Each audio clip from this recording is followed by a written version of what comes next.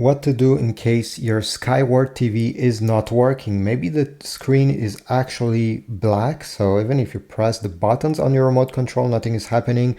Or maybe it's actually running, but it's not running properly. It's not working the way it should. Well, I'll show you different things that you can do, and hopefully you're going to solve your issue. Let's start with the number one. So first of all, okay, the first step that I always recommend, no matter which TV brand you have, is to go ahead and unplug the TV from the wall outlet. So over here, this is where my TV is currently connected. Unplug it and leave it like this. Now on the TV itself, you're going to find the power button, often located under the logo. Okay, this is where the power button is.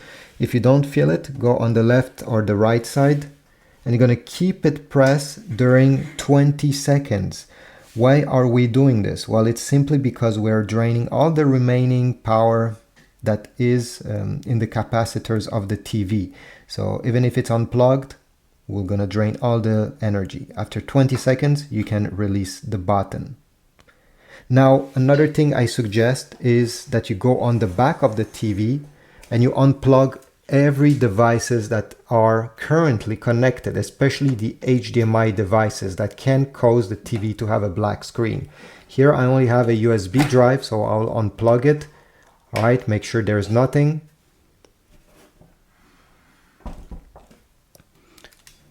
Now you're going to plug back the TV. Now before plugging the TV back, wait at least 5 minutes. And afterwards, go ahead and connect it. And connect it to a wall outlet. Try avoiding power bars. They can cause problems.